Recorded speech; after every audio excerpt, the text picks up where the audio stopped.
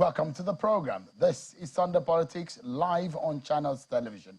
I'm Sean Akimbalo in Abuja. Since the announcement of the removal of subsidy by President Bola Tinubu on the 29th of May this year, when he was sworn into office, the center is perhaps no longer holding, as a lot of effects of that policy decision came crashing, affecting cost of food, transportation, and virtually every commodity that you can think of. And in fact, every aspect of the economy has been impacted. Now, on the commemoration of the October 1, the independence anniversary, President Bola Tinubu promised that the distribution of cash palliatives to mitigate the effects of fuel subsidy removal will commence this month. The president said more cash will be given to families. He said, quote, commencing this month, the social safety net is being extended through the expansion of cash transfer programs to an additional 15 million vulnerable households.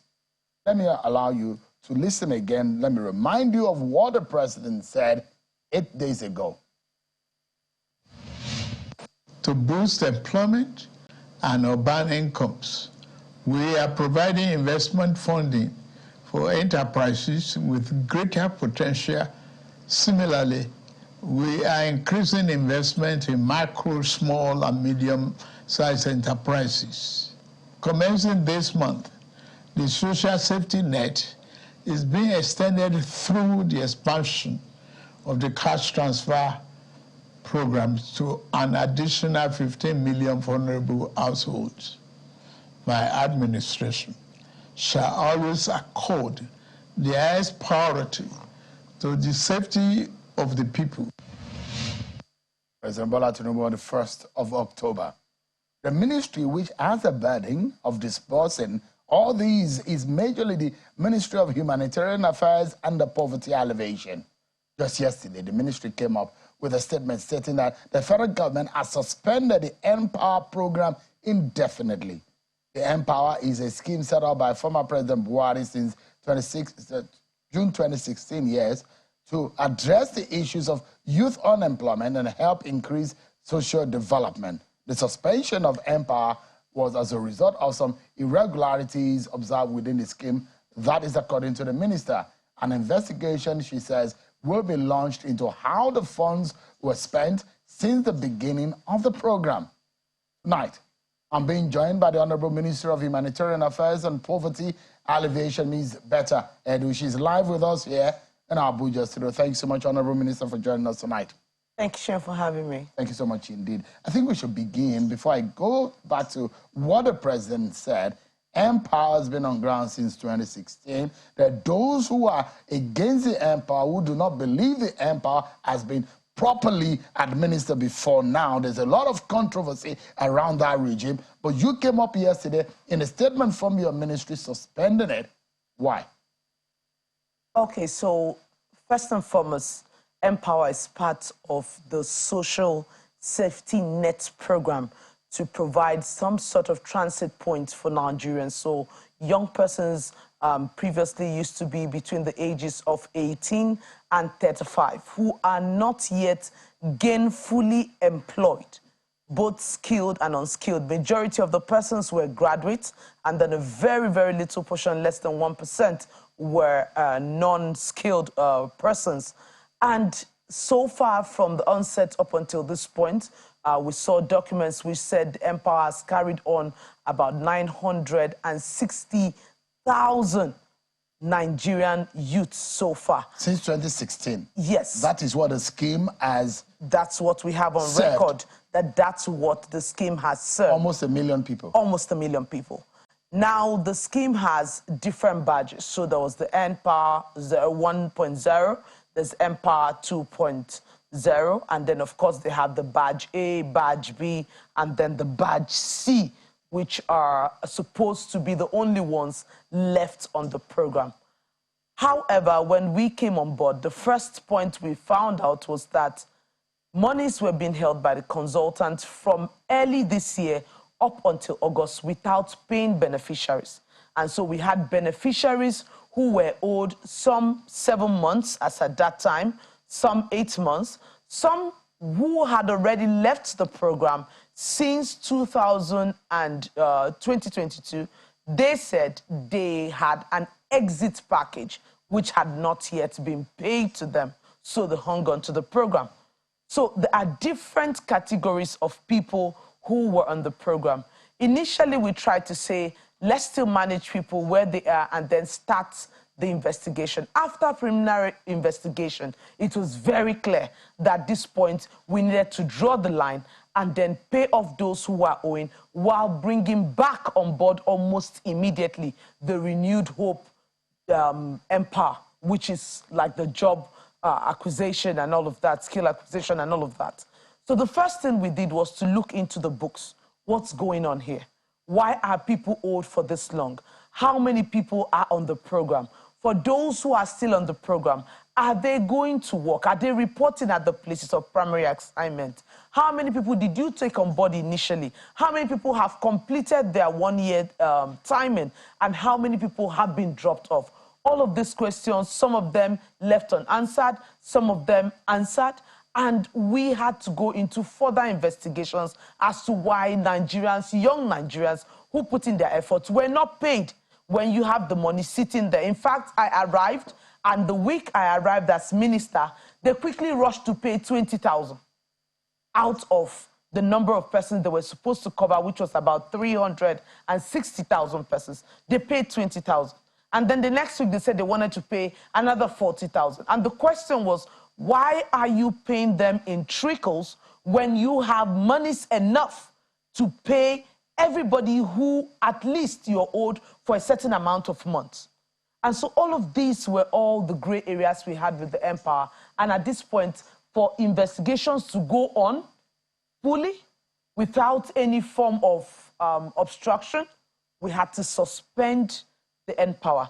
And so what we're pleading and what we are saying to Nigerians, first and foremost, the government of President Bola Ahmed Tinubu is highly interested in young people. He's brought a lot of young people into government, and I'm a young person myself. I understand what it means for a young person to be unemployed and sitting down at home. And we're not going to let you sit at home. We better get it right from the foundation so that every day you put in your sweat and you go to work, you go back home with the money that you truly deserve. Let me ask quickly.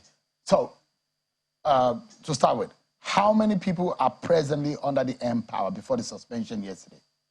Presently, about 360,000. 360,000. And these are drawn from across the nation? Across the nation. So serving in education, agro, health, and about 4 or 5 areas. Yes, for the skilled and unskilled. And unskilled. Yes. Now, so, and this usually, when you are taking people in, they're supposed to go on to the portal and apply for it. Good. So that was yet another foundational error, right? If you have funding, right now the Empower which we are restructuring, we're saying we'll take on 1 million Nigerian youths every year. So by 5 years, would have done 5 million Nigerian youths. So when it's supposed to be a yearly program, yes, a 12-month program. 12 months. After that 12 months, they pass out. Good. So you take new people. Yes, you should have built their skills. You should have linked them up to places where they can get jobs. So how do they apply for it? Because they apply online. Yeah. However, that's where the problem started from. So if you have ability to carry 1 million and you let 8 million apply and register, you have already called for chaos. So now when you take maybe 500,000 or 1 million from the 8 million that have applied and fully registered, they begin to question, why am I left out? Because that is a question mark on the proprietary of the selection process, because there are those who say they've applied severally and they do not think that it was fair on them, because those who are picked, they think that they are politically connected. That's why they are being given the opportunity. Are you going to change that? Those are part of the things which we're investigating. And for us, for the administration of President Bola Ahmed Tinubu, the watchword is transparency, accountability, and integrity. For the Empower, everyone who applies based on first come, first serve. As far as you meet the criteria for each category, you would be given a chance on first come, first serve. And the servers can confirm. What is the quota for each state? So we are not necessarily going to allocate quotas to states in quotes and unquotes. So you might have, for example, one state taking 200,000. So we are not rather using states. We are going to be using the local governments. And the reason is so that we can take it as far down to the grassroots as possible and give a bigger opportunity for everyone. There are about 774 local governments. So you register against your local government. So you spread the 1 million across the 700. Yes. So that means there will still be quota. Definitely, but not against states, but now against local government based on the population of that local government. How much are they supposed to be paid every month? So the present pay right now, at some point they were paid 30,000. At some point, they were paid 20,000, and I was told that's the exit package. Package for them. Something like that. But we are going to have a unified payment for everyone who will come on the scheme. We are still working that out. It's still a work in progress. We have made certain proposals. We have proposals of 50,000. We have proposals of 60,000. And some have said that we should wait until we have that agreement on what the new minimum wage is and then pay them according to the new minimum wage. So that's all the discussion that we have on the table while we're restructuring. Let me ask you this question, which is also very important, based on the decision that the ministry made yesterday coming from your office. You said there are third parties that are involved in the disbursement and the organization and coordination of the Empower program. Yes. Is it just one private organization that does this? So it's just one consultant that is involved in the disbursement. So the irregularities that you found out, is it from your government official or from the private organization or the consultant handling it?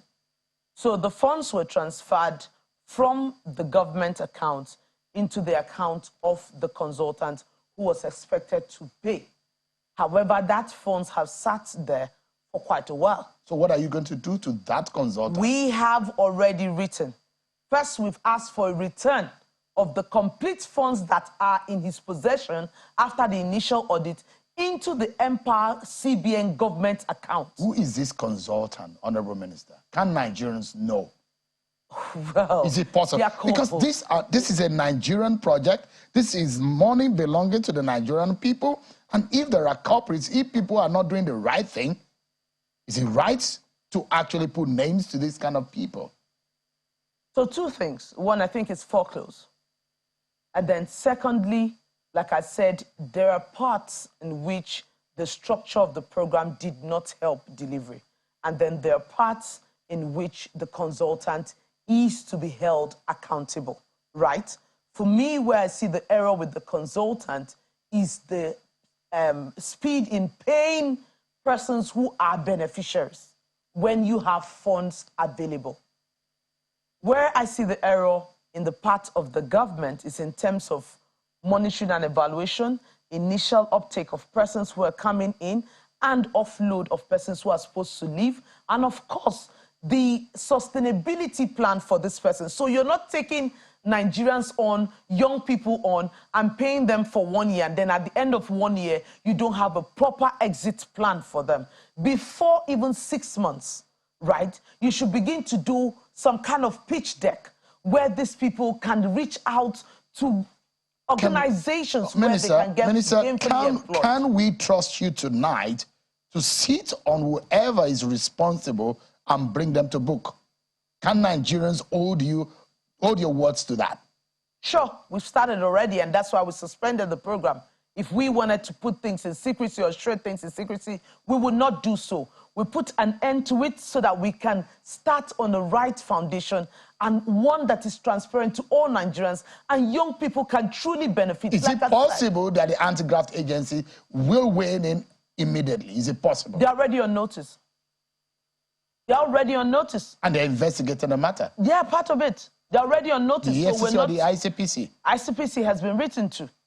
because this is government money and we need to recover it to pay all those who truly are being owed. Like we said, all young people who are being owed, President Bola Ahmed Tinubu will ensure that you are completely paid for the months you worked in. Mind you, and then Minister, will be given opportunity to employ in the new There are cases of those who are even in the batch A and batch B who are complaining and whom we have who have said that they are being owed and they have not been paid.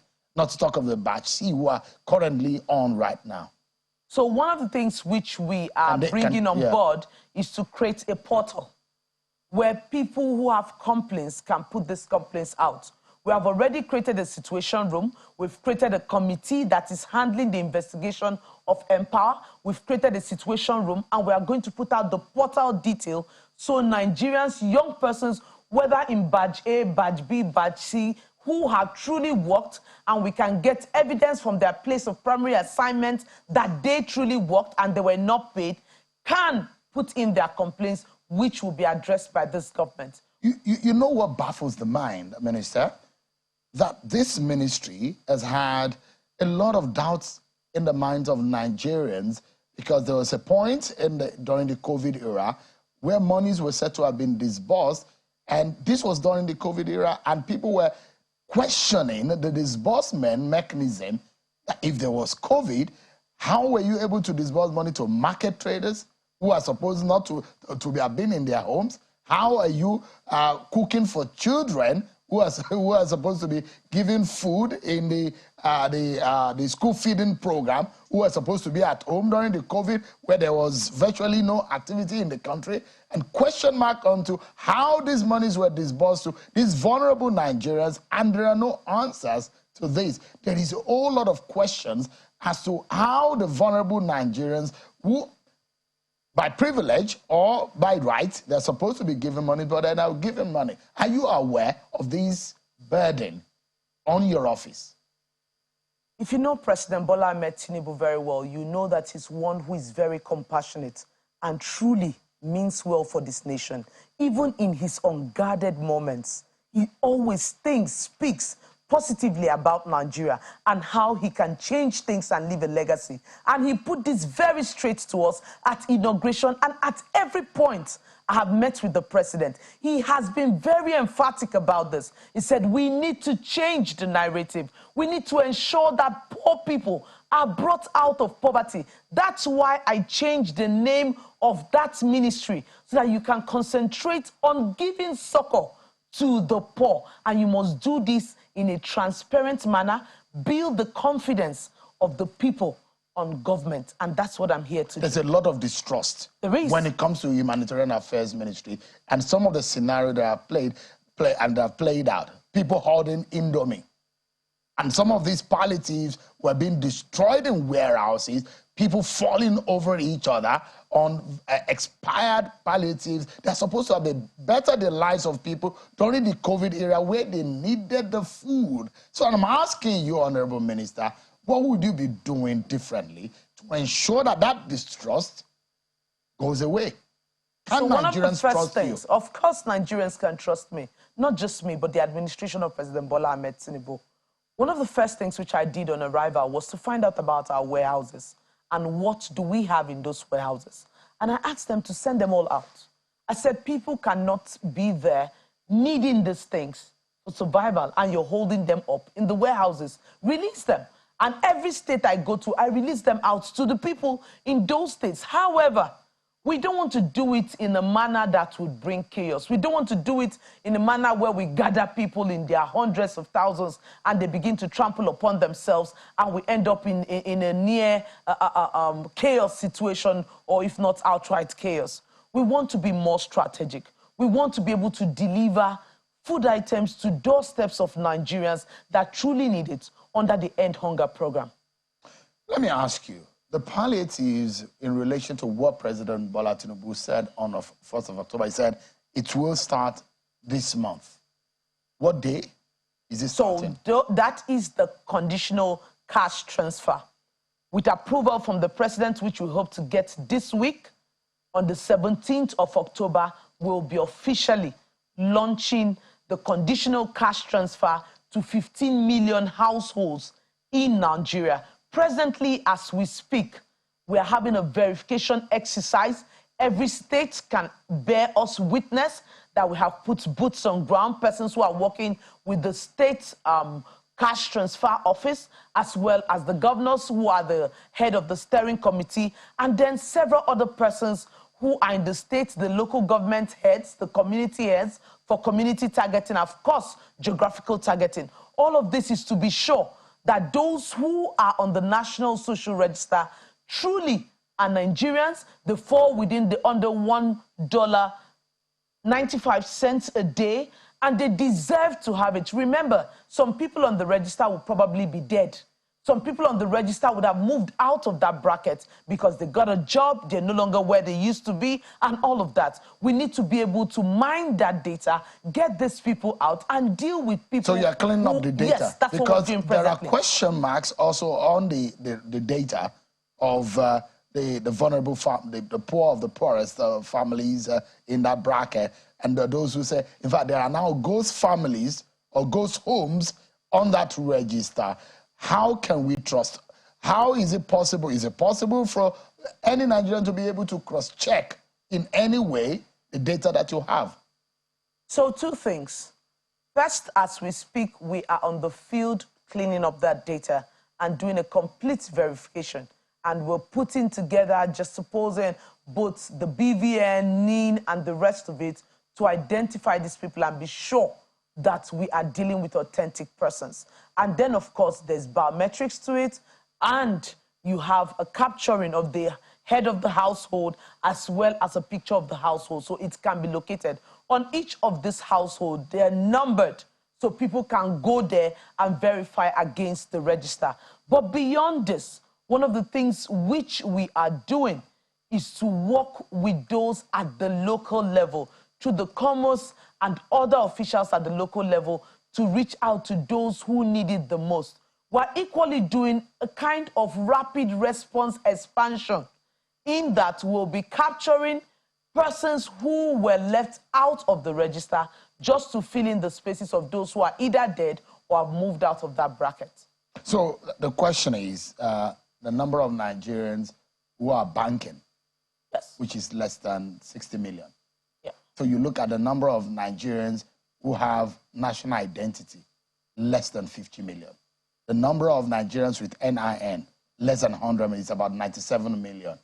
So when you look at the vulnerable Nigerians and the poorest of the poor, these are the people who may not even have any of these criteria. Are you not naturally cutting off some of these people who may be needing it in truth? So we have devised another means. The group of persons who are registered presently, and they have all of this. The NIN, remember, we're dealing with 15 million households. Like you said, most of these data, the NIN, we have almost 100. For the bank BVN, we have over 60 million, and the rest of it, we're dealing with just 15 million. Now, in this 15 million, you still have a good percentage from the data which we are looking through right now, about 30% of them. How many people do we have on the poor people register in Nigeria? We have 15.7 million households and 62 million individuals. However, in the household, we're dealing with the head of the household. So not taking into consideration the number of people. Entire They say number. Averagely is between 3 and 5. So averagely is between 5 and 9. So down south, it's about 5. And then up north it's about 9. Yeah. Right? That's what we Jigawa having perhaps the highest. Of course, the highest. And then we have somewhere in the south, in Bayelsa, in Cross River, and they have the lower average, which is about 5. So the question now is, how much would they be getting every month? 25,000 naira every month for 3 months, which amounts to a total of 75. Now, just to finish that point, which I tried to raise, for that 30% that do not have an existing account, we want to be able to open a tier 3 account for them, which is an on-the-go account, and then link them up to POS and money agents that can be able to take funds for them They'll use their card, get the funds at their locality where they live without necessarily going elsewhere. So, now, another question here will be, how can Nigerians track this? How can we monitor? How transparent is this process? How can we verify that what the federal government is doing is truly transparent? So that's one of the biggest challenges I had when I came on board. When I came on board, I said, we are going to publish names of beneficiaries for once on the dailies so that every Nigerian will know who benefited. Enough of putting things in secrecy and then you have people say nobody's benefiting, we don't know them, they are ghosts. Wouldn't that contravene their now data protection, personal data protection policy? Protection policy, and of course the freedom of information right, and all of those were brought into query. So what we are doing now is to get people to sign off, permitting us to be able to bring this data to the public. That way, we can have a transparent process. Beyond this, it's going to be a bank-to-bank transfer. So it's traceable from the origin to the point where it gets into the account of the Nigerian. And remember, there are conditions that are attached to this. The president is trying to provide some succor, some immediate relief. He has a lot of long-term plans, medium-term plans to be able to provide the best for Nigeria. This is just an immediate cushioning of the economic shock that was brought about by the fuel subsidy. And of course, this is supposed to help families to be able to get some livelihood to do. It's supposed to help them to be able to pay for basic education for their children, learn some skills. All of these are all fashioned to ensure sustainability. So at the end of collecting 75,000 naira, you can tell yourself, well, I used this little for upkeep, but this chunk, I used it to learn a new skill that will bring more money into our pockets. So you are launching it this month? Yes. But the register is not quite ready to begin it. So it might not practically begin this month until next month. The register will be ready by the 15th of October, and that's why we are launching out on the 17th of October. Yeah. However, the expansion, so for instance, when we went into a meeting with the Nigerian Labour Congress, they said part of the requirements to suspend the strike was that we will have vulnerable pensioners involved in this conditional cash transfer. Now, the expansion to cover vulnerable pensioners will take beyond 2 weeks because we need to go to the field, capture them, do the biometrics and all of that, which I went to meet them in their office and clearly told them that they need to work with me, provide the needed data and locations of this person. We'll go into the field, we'll capture them where they live, and open the bank accounts for those who don't have, but we believe all of them should have bank accounts because they are pensioners and they are receiving some form of pension. And then we can now be sure that by the first week of November to the second week of November, they would be receiving their own share of it. So I had that discussion with them, which was a frank discussion, apologized for the reasons why we might not be able to take them on this October. But for the rest, they're starting this October. So it's supposed to be for initial 3 months, October, November, and December. December. Fantastic. When in the month would they be getting the money? Is it at the end of the month? At the end of the month. At the end of the month, just like salaries? Yes, just like salaries for 3 months. Okay. So before we're due for a break now, but before we do that, I'd like to ask you, since you're the minister in charge of poverty alleviation, there are over almost 135 million Nigerians who are multidimensionally poor. Almost 100 million Nigerians who are living below the poverty line. That means they find it difficult to fend for themselves. If they do not go out a day to earn a living, it might be difficult. Now, the past government has said they will provide 10 million jobs over the next 10 years, which started about 3 years ago or so. From your own point of view, since the president started doing with that responsibility, how much of poverty can we eradicate in Nigeria or alleviate? How much of people can we remove from that cadre? So there are two things, and I'll carefully explain it to you. I would like to describe it this way. There's a pit that probably, or a trunk where poor people are already in it. And then there are those who are right at the edge of it, who might, if not protected, fall into it, right? What our ministry is doing is to, number one, provide a social safety net that prevents these people from falling into poverty. And then secondly, trying to pull as many as possible that are in poverty out of poverty. We have mapped out different programs, national programs that is expected to address the issue of multidimensional poverty. Of course, you have the Empower, which is supposed to create 5 million jobs in 5 years. We have the JEEP program, which is supposed to provide funds for enterprise and empowerment. These are like non-zero interest loans for market women, for traders, for farmers. We have other projects like the End Hunger Project, the Shelter Project for the poor, vulnerables, and IDP, of course, including refugees. We have several other projects that are lined up. All of them are targeted at the different dimensions of poverty. So when you say multidimensional poverty, some of it is because they do not have shelter. What are you doing to address shelter? Some of it is because they are out of school. What are you doing to reduce the number of out-of-school children? Some of it is because they do not have capitals to run their businesses. What are we doing to address the capitals to run their businesses? Of course, the president has already approved to provide those loans to petty traders, to market women, and of course, the farmers. Minister, I'd like to ask you pointedly, what are the numbers you're working with? So working on how many people are you planning per year to remove from poverty? For the conditional cash transfer, we're working with 15 million households, which amounts to about 60 million individuals directly touched by the conditional cash transfer. On the Empower Job Creation, which is the Renewed Hope Job Creation Scheme, we're working on 5 million Nigerian youths between the ages of 18 and 40. And this will be taken 1 million per year.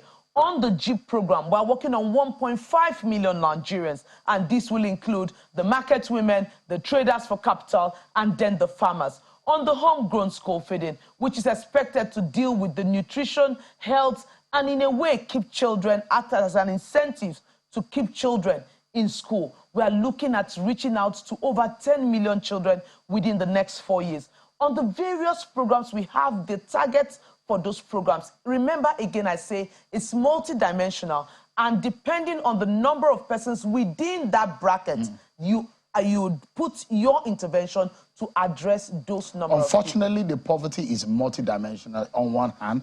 On the other hand is the fact that people are permanently and sadly under that belt. They are there and they are not able to fend for themselves. But the question here, these schemes that you have mentioned, they've been on the ground and they have not changed. If not, things are getting worse. And that's why I'm asking you, and Nigerians would like to know tonight, Honorable Minister, how many people should we be seeing getting out of poverty in Nigeria in the next 1 year? In the next 1 year. Have you designed that? Do you have an idea? In the next 1 year, we would have directly touched at least 70 million Nigerians. We'll take a break on that note, Minister. And when we come back, our closing moment with the Honorable Minister, we'll be touching on school feeding program, trader money, which a lot of people have also criticized. Politics, issues of transparency have come into this. But this is a woman with energy, a young minister who says she's going to do things differently. We're going to ask some questions about how that will happen after we return from this break. And don't forget, the Deputy Director of SERAP will be joining me also on the program tonight. They've sued 10 lawmakers, 9 lawmakers actually, 1 minister in the Bola Tinubu cabinet on allegations that they are getting pensions from their state as ex-governors and they are collecting salaries and emoluments as senators and as ministers. We'll be finding out what they are going to say in court and their reasons for going to court on this matter. We'll be right after this break, everyone. Everyone,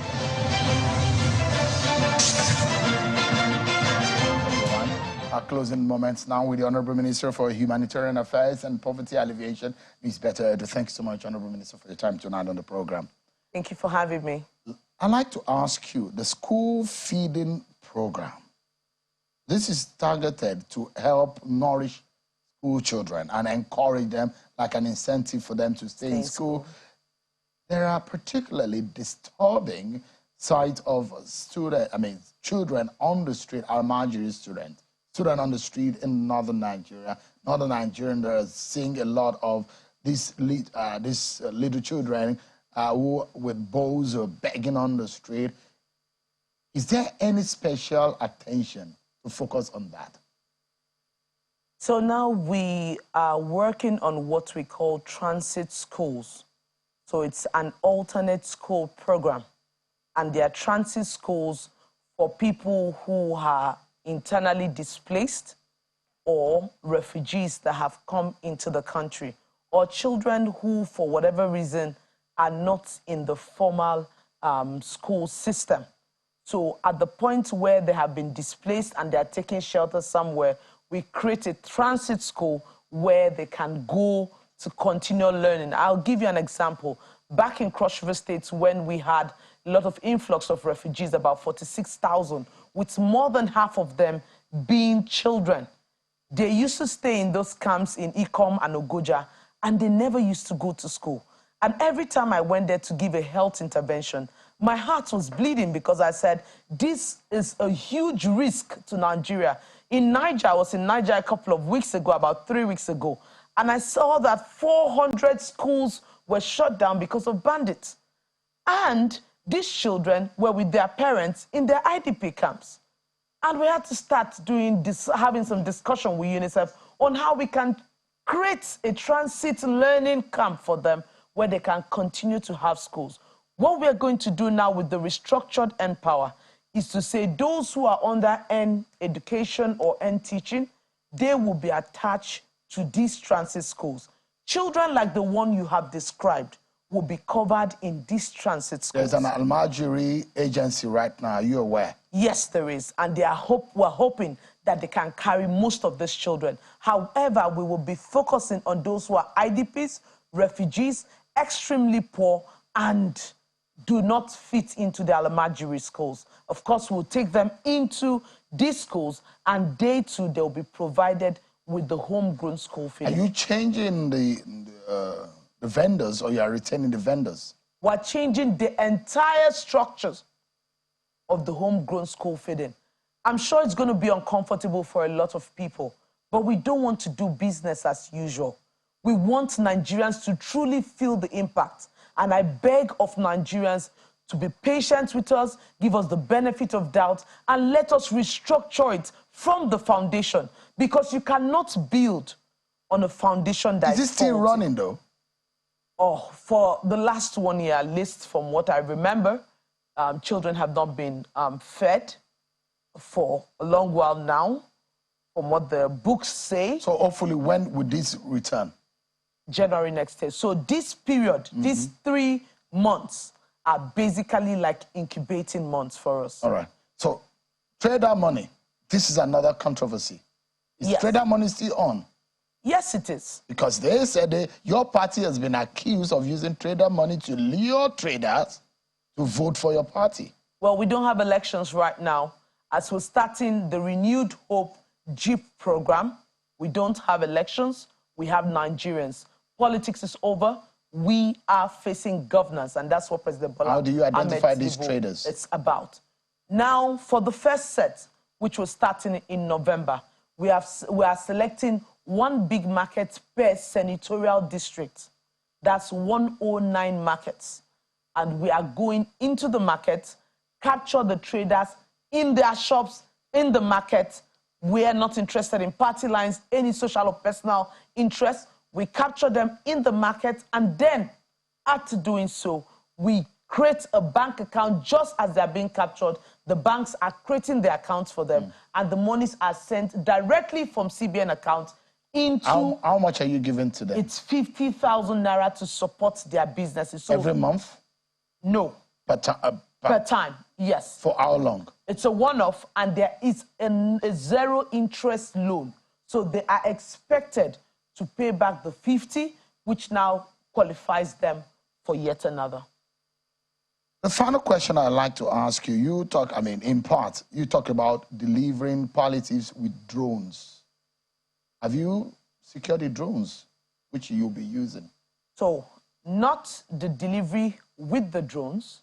We said we are going to use technology to deliver these palliatives to the people who need it.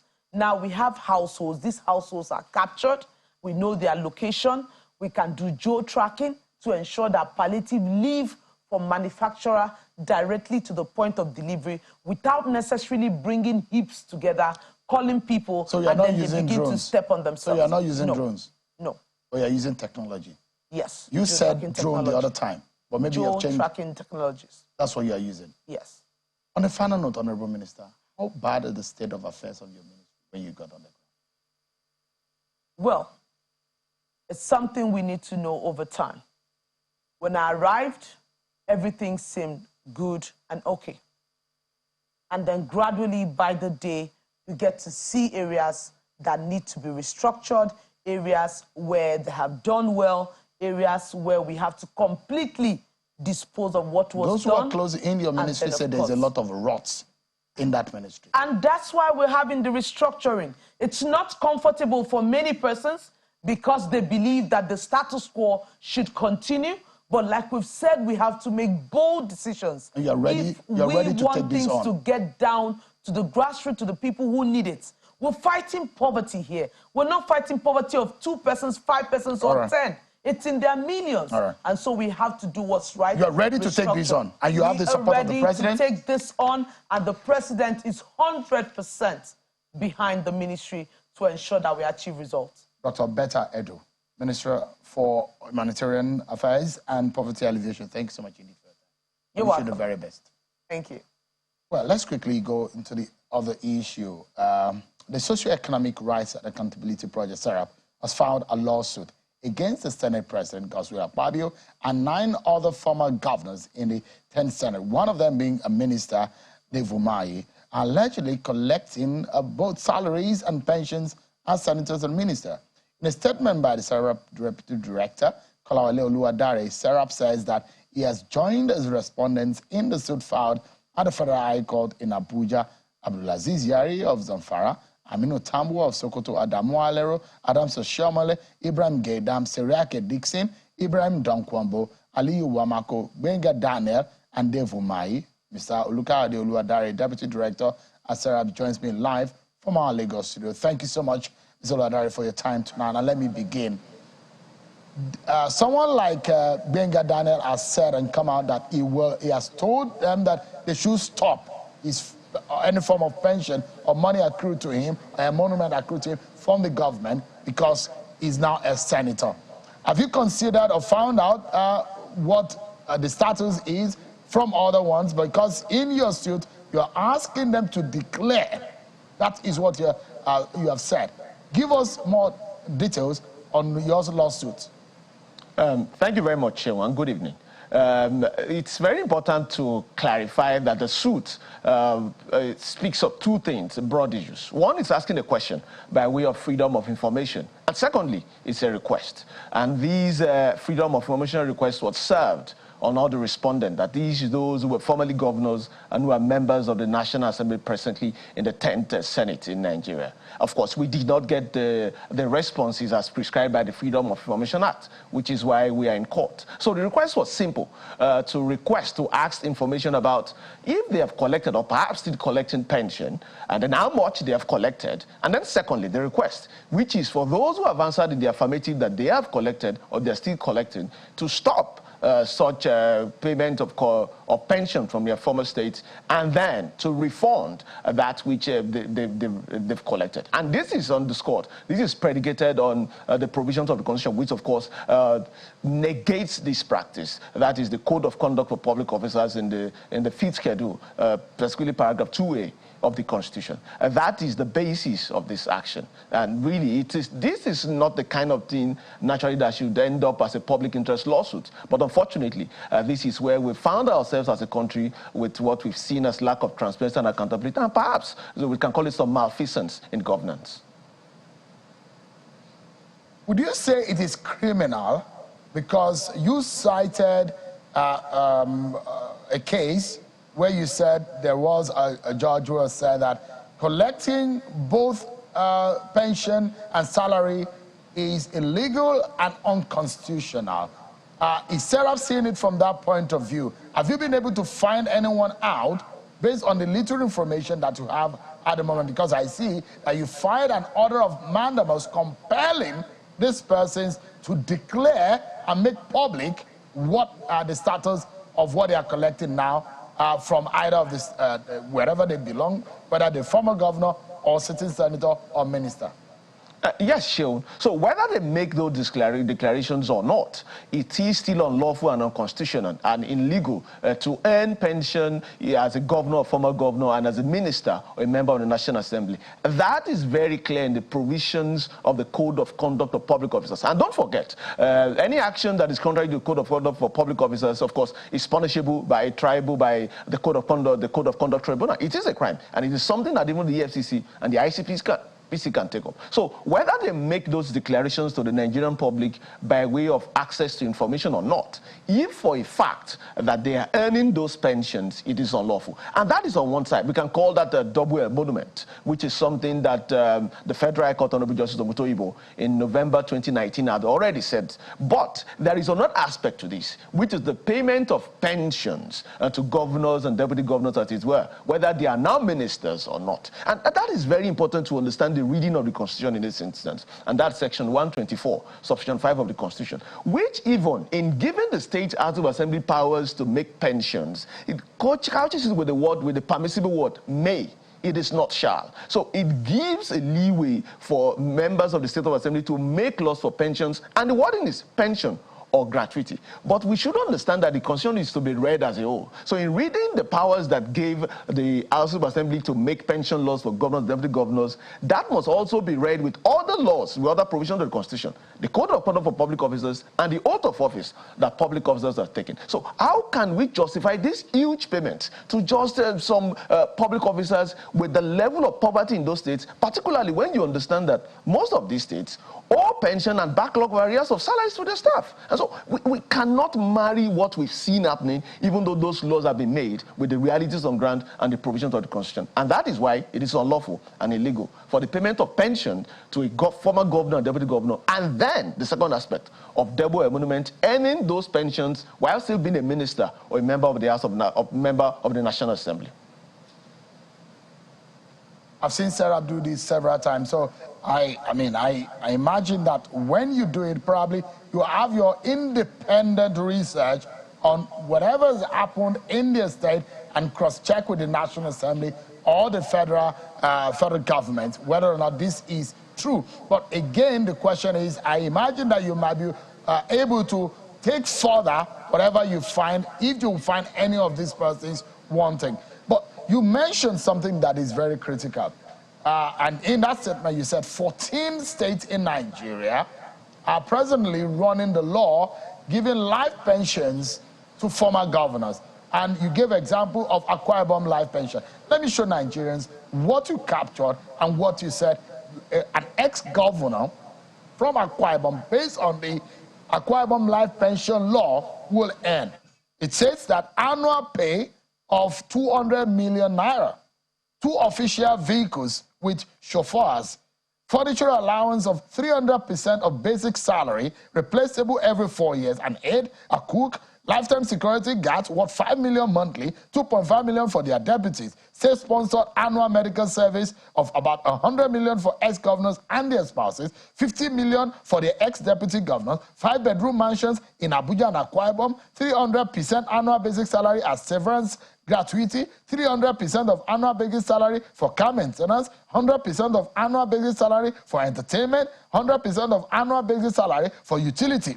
Well, Akwa Ibom seems to be like the extraordinary one, based on the life pension law. in that state. Abia State has its own. Gombe State has its own. If you look at Abia State, 100% of the salary of the incumbent, an official car, a police orderly, 2 operatives of 2 policemen for the security of his house, allowances for cook, steward, driver, and gardener.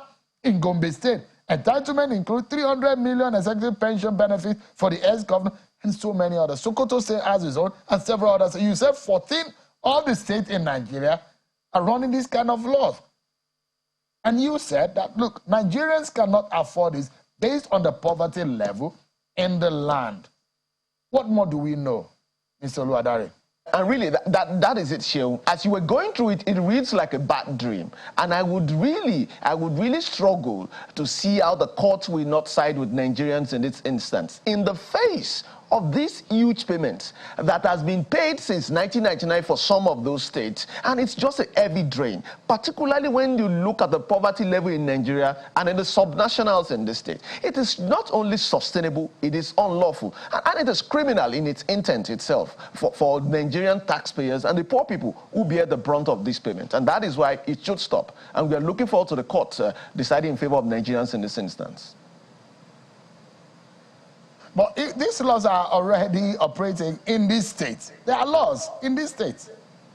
Yes, and there are laws, but the law is unchallengeable. And in this context, there are laws made by the State House of Assembly, but there is something called the supremacy of the Constitution, which clearly says that if any law validly made in Nigeria conflicts with any provisions of the Constitution, of course, that law will be inconsistent to the extent that that will be null and void to the extent of its inconsistency. So in this instance, which is why I gave an example of Section 124 sub 5 of the Constitution that allowed States of Assembly to make these laws, that section must be read with other provisions of the Constitution. Section 124 sub 5 could not be intention to allow Nigerians to suffer at the expense of just 36 governors or some members of the National Assembly. That could never have been the intention of the drafters of the Constitution, of the National Assembly that enacted the Constitution. No, that could not be the basis. And I've also pointed out that even the provision in Section 124 it is permissive. It allows the members of the House of Assembly to enact those laws. It did not say shall. And if you look at Section 84, for instance, of the Constitution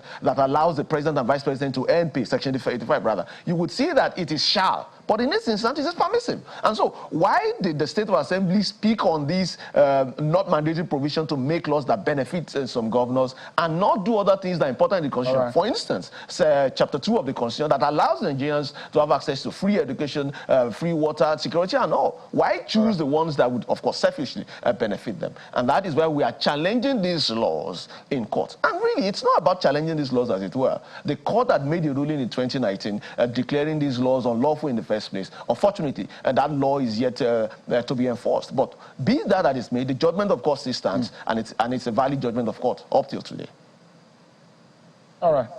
Kolawole Oluwadare, Deputy Director with SERAP. Please do let us know as soon as you get in response from the court and you are getting a headway so that Nigerians can have a sense of what their monies are being used for. And I'm hoping that some of these persons might be able to come clean and come to the public and let Nigerians know the real state of things, whether or not there is any kind of double payment. Thank you so much, Kolawole, for your time tonight. I appreciate it. Thank you very much. Thanks for having me.